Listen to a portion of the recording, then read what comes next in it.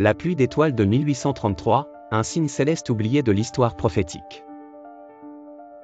Dans la nuit du 12 au 13 novembre 1833, un phénomène extraordinaire se produisit dans le ciel de l'Amérique du Nord, des dizaines de milliers d'étoiles filantes semblaient tomber en continu, illuminant toute la voûte céleste. Les témoins de l'époque parlèrent d'un véritable déluge de feu, une pluie d'étoiles si intense que certains crurent voir la fin du monde. Des estimations rapportent que plus de 25 000 à 50 000 météores tombèrent chaque heure, parfois même davantage. Ce spectacle fascinant provenait de la pluie des Léonides, liée à la comète Tempel-Tuttle, dont la Terre traverse la traînée tous les 33 ans environ. Mais jamais auparavant un tel déferlement n'avait été observé. Quand le ciel confirma la prophétie. Pour beaucoup, ce n'était pas un simple phénomène naturel. Les croyants virent dans cet événement l'accomplissement littéral des paroles de Jésus. Les étoiles tomberont du ciel, et les puissances des cieux seront ébranlées. Matthieu 24h29. Et encore. Les étoiles du ciel tombèrent sur la terre, comme lorsqu'un figuier secoué par un vent violent jette ses figues vertes. Apocalypse 6h13. Ces paroles du Christ annonçaient que, après le grand obscurcissement du soleil et de la lune, un signe visible dans le ciel marquerait la proximité du retour du Seigneur. Or, ces phénomènes s'étaient déjà produits. Le grand tremblement de terre de Lisbonne en 1755.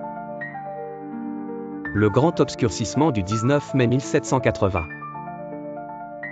Et enfin, la pluie d'étoiles de 1833, perçue par des milliers de témoins comme la suite directe de cette chaîne prophétique. Un appel à la repentance et à la foi. Dans les campagnes comme dans les villes, les gens sortirent de leur maison, priant, pleurant et demandant pardon à Dieu. Beaucoup comprirent que les prophéties bibliques étaient en train de s'accomplir. Des témoins racontèrent que même les esclaves du Sud virent dans le ciel un signe d'espérance, annonçant la libération et la justice divine.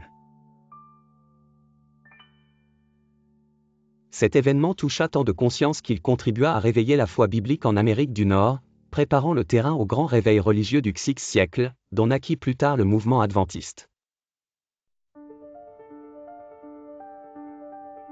Un tournant pour la science et pour la foi. Du côté scientifique, cette nuit marqua la naissance d'une nouvelle compréhension. Le professeur Denison Olmsted de Yale démontra que les météores venaient de l'espace et semblaient venir de la constellation du Lion, d'où leur nom Léonide.